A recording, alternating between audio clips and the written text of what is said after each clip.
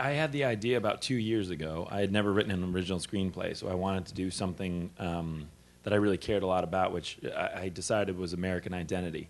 And long before natural gas ever came into the picture, I guess I subconsciously based it on my dad, who grew up in a steel mill town just outside of Pittsburgh and called Natrona Heights. And like any industry town, it had fallen on hard times. His dad worked a lot of multiple jobs, and they didn't have much. And I remember being a very ignorant kid and saying, "So was your childhood awful?" And he said, "No, quite the opposite. It was an incredible community and a sense of unity and strength and being there for each other. But there was this faith that tomorrow would be a better day." And I just felt like that ideal and that version of America we've moved so far away from. So I wanted to tell the story about communities like that obviously still exist and have a pride and an amazing sense of community. And so I brought that idea to Dave Eggers at the time, who we had done Away We Go together, and I'd known Dave through many charity events for his charity, 826.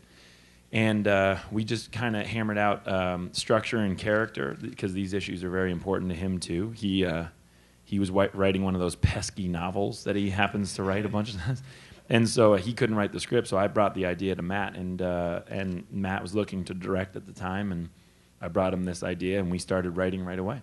John was doing his show, The Office. We were both moonlighting, and really. We wrote on weekends. He'd show up around breakfast time on Saturday morning, and we'd get to work, and it was so compartmentalized that it wasn't really hard to do two things at once. I have 4 kids now, so I'm getting better at multitasking. I don't know how we got the work done though, because between putting The Little Mermaid in 17 times and making lunch and like bathing children, I don't know how we got anywhere. I knew John was a great writing partner when he's offering dialogue suggestions while giving one of my kids a horsey ride. Either we acted fast just to make it in time for this year, or we, since Matt worked the summertime, we shot later, and the film would come out like a year and a half later or next season. And because of the topical nature of the issue, we thought it was better sooner. And it was plenty of time. It was, I think... Plenty of time for Gus.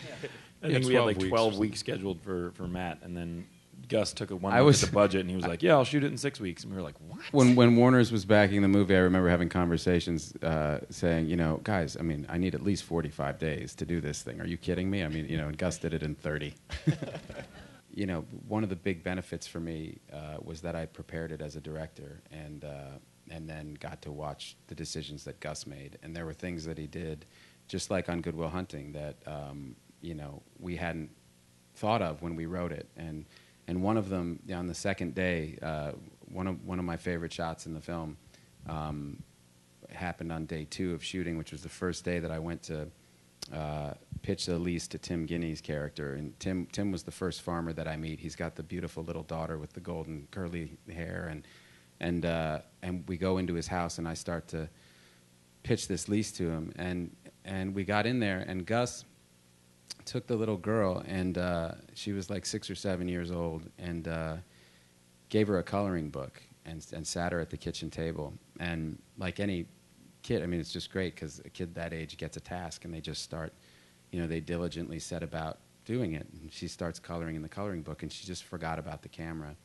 And we were staged in the other room. So she's very prominent in the foreground. The camera's about 5 or 6 feet away from her. And then past her, you see the doorway in the other room, and you see her father, Tim Guinea character, this destitute farmer.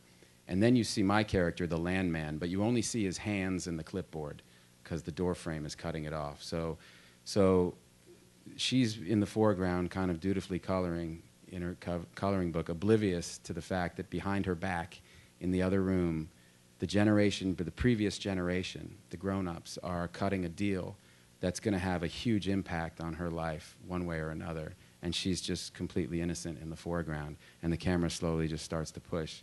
And I just looked at that, and I just went, well, John and I said, well, we wrote the thing, and we never thought of that. And it was a perfect visual expression of the entire idea. And it's just what great directing is.